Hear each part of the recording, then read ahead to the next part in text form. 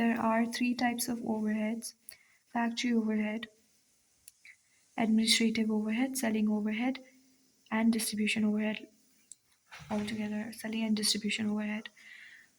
Amounts of amount of overhead to be included. First, the costing of the account of the factory overhead at the begin for step one at the beginning of the year. Factory overhead is estimated for the coming year. Step two, the estimated overhead is step one. Step one are distributed over production department and service department. The estimated overhead हामी फर्स्टमा calculate गर्छ अनि त्यो calculate गरेकोलाई चाहिँ हामी फेरि कहाँ production department र के भन्थ्यो प्रडक्सन डिपार्टमेन्ट र के भन्थ्यो यो सर्भिस डिपार्टमेन्टमा हाल्छौँ. प्रडक्सन डिपार्टमेन्ट भनेको where department which are directly involve on customers work or in production process.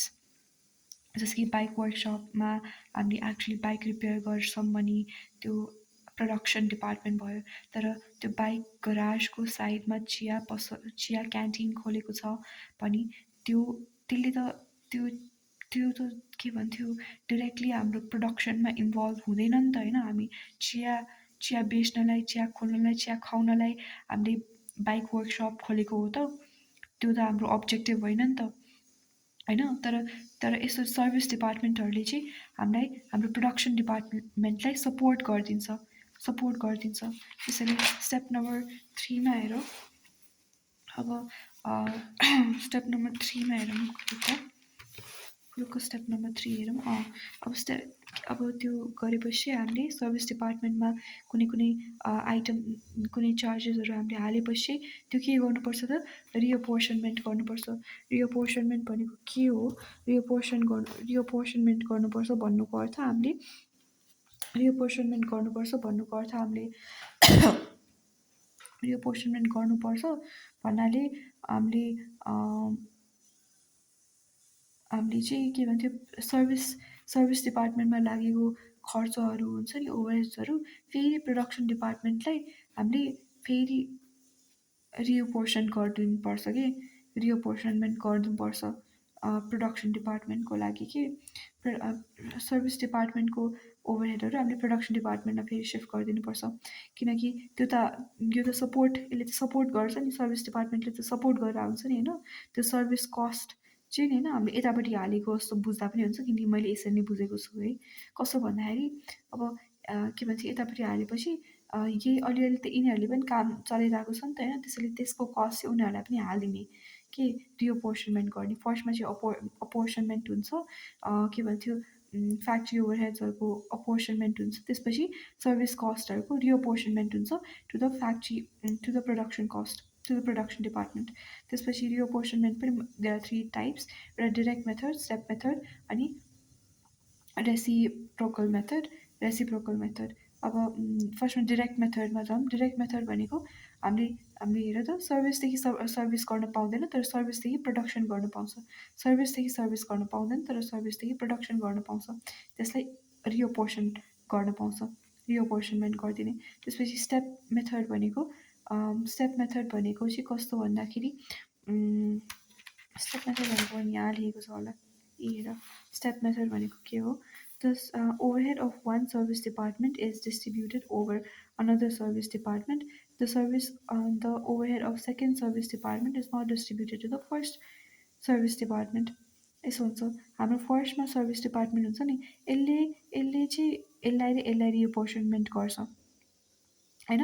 अब यसको बारीमा चाहिँ यसलाई रिअपोर्सनमेन्ट गर्दैन. यसलाई रिअपोर्सनमेन्ट गर्छ. यसले म फेरि भन्छु यसले होइन सर्भिस 1 डिपार्टमेन्टले 2 र 3लाई रिअपोर्सनमेन्ट गर्छ. उसलाई कस्ट बाँडिदिन्छ.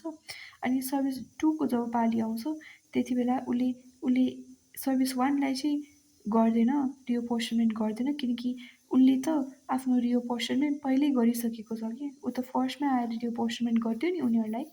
त्यसैले यसलाई फेरि चाहिँ सर्भिस 2 डिपार्टमेन्टले गर्न पाउँदैन. सर्भिस 2 डिपार्टमेन्टले गर्न पाउँदैन.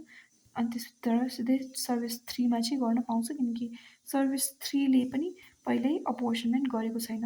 अब ऱ्याङ्क वाइज फर्स्टमा एउटा दुईवटा तिनवटा गरेर यो अपोर्सनमेन्ट गर्ने हो कि होइन।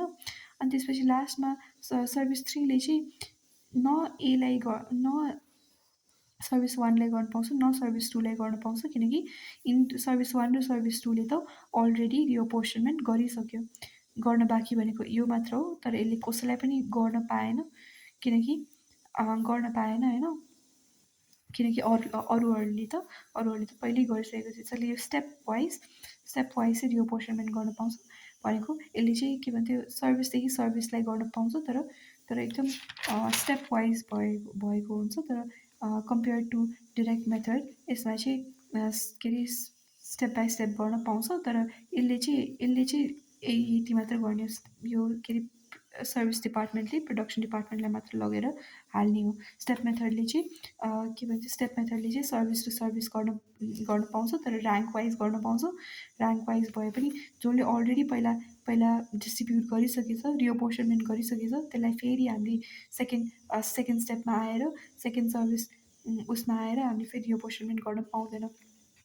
अब यसको पनि होइन, यसको पनि ranking of the service department म पढ्छु एक्चुली।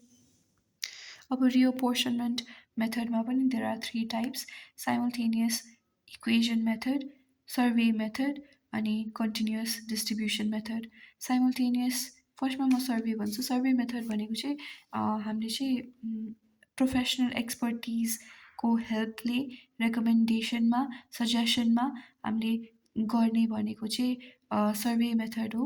यसले चाहिँ इन्जिनियर्सहरूले हामीलाई त्यहाँ एक्सपर्ट मान्छेहरूले जति गर भनेछ, जति पर्सेन्टेज अपोर्सनमेन्ट गर भनेछ, हामी त्यति नै पर्सेन्टेजले त्यसरी नै गर्छौँ होइन, उनीहरूकै भरले गर्छौँ, जुन अहिले चाहिँ हामीलाई यस्तो क्वेसनमा चाहिँ आउँदैन।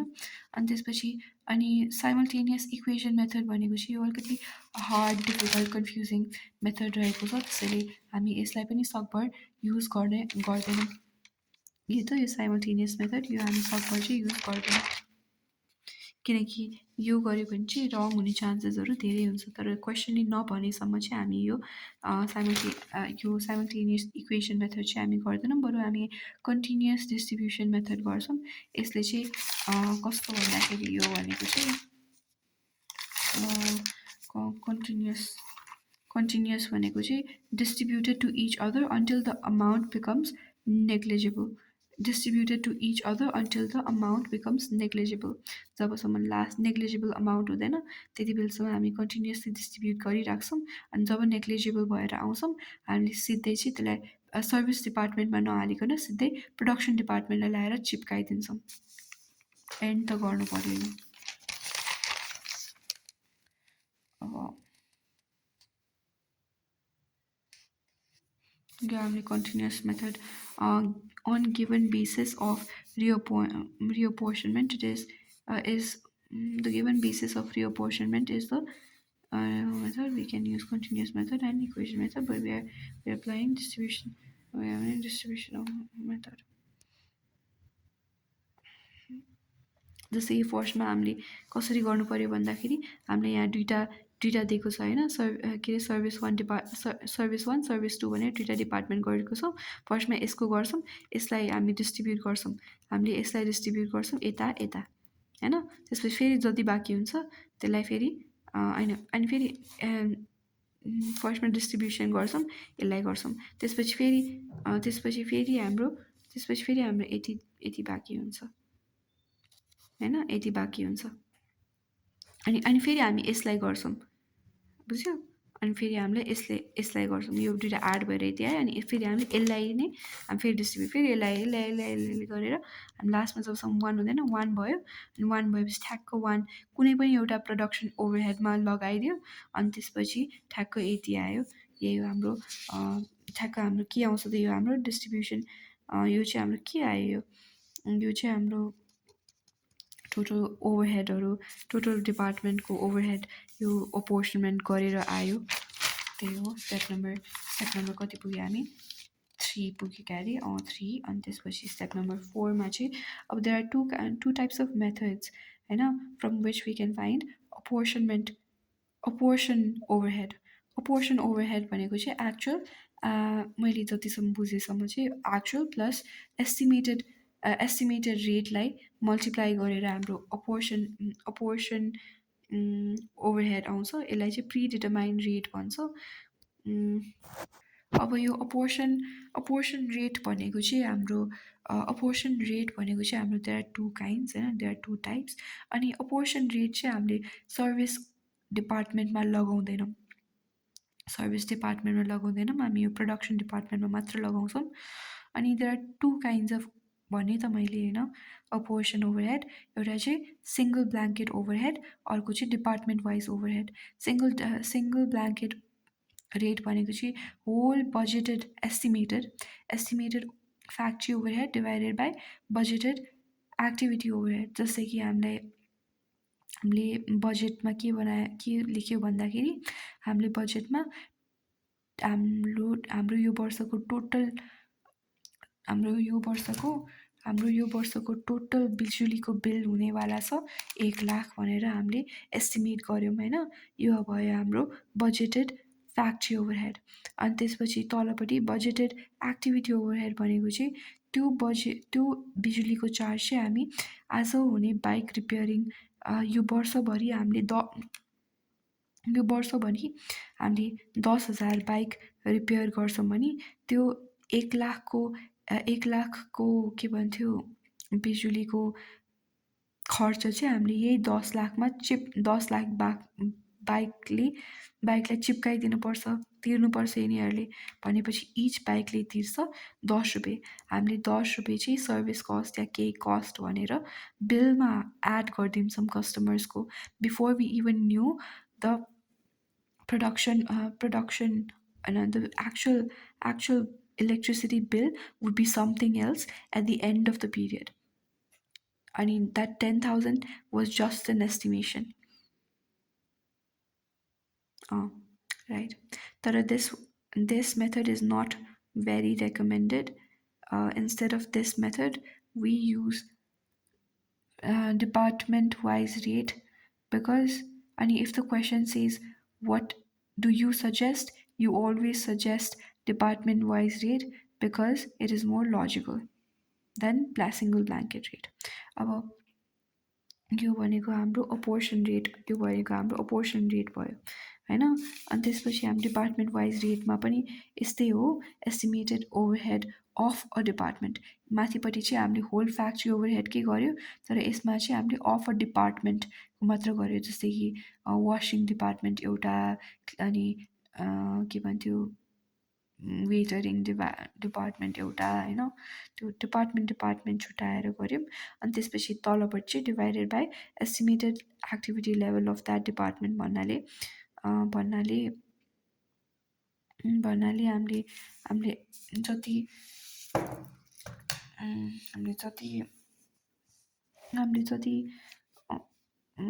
जस्तै कि लेबर बजेटेड यो hour, budgeted machine hour, budgeted labour hour, budgeted factory overhead त्यस्तो भनेको छ होइन। Factory and production units, budgeted direct wages भनेछ।